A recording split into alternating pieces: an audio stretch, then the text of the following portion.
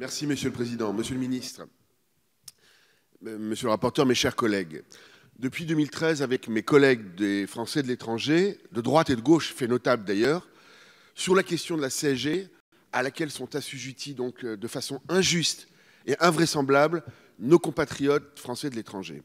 Monsieur le ministre, l'immense majorité des Français de l'étranger ne sont ni des exilés fiscaux, ni des rentiers. Votre gouvernement a été condamné à 2 reprises. La première fois par la Cour de justice de l'Union européenne par l'arrêt de Ruyter en février 2015 et la seconde fois par le Conseil d'État. Les décisions, Monsieur le ministre, sont sans équivoque. Le gouvernement doit supprimer l'assujettissement des non-résidents aux prélèvements sociaux sur le capital. On ne peut pas prélever une première fois sur le territoire de résidence et une deuxième fois en France par le biais de l'administration fiscale. À la suite de cette condamnation, l'administration fiscale avait accepté de restituer aux seuls contribuables résidant dans un État membre les prélèvements sociaux, la CSG et les contributions au remboursement de la dette sociale.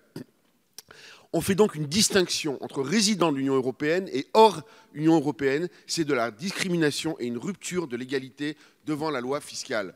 Aujourd'hui, votre gouvernement refuse de rembourser le prélèvement social au motif qu'il n'est pas directement rattaché au budget de la sécurité sociale, mais qu'il est affecté à un fonds de solidarité. C'est un joli tour de passe-passe qui ne trompe personne et les Français de l'étranger, qui sont près de 3 millions, vont s'en rappeler, monsieur le ministre. Ce prélèvement doit être évidemment considéré comme relié à l'une des branches de la sécurité sociale et une personne assurée sociale dans un autre État ne peut donc y être soumise.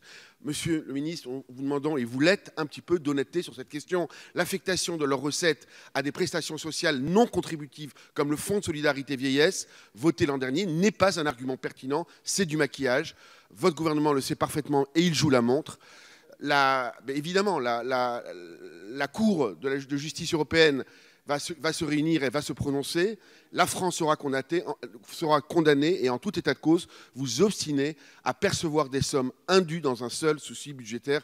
Encore une fois, il n'est pas trop tard pour changer d'avis et accepter que les Français de l'étranger, où qu'ils soient traités de la même façon. Merci.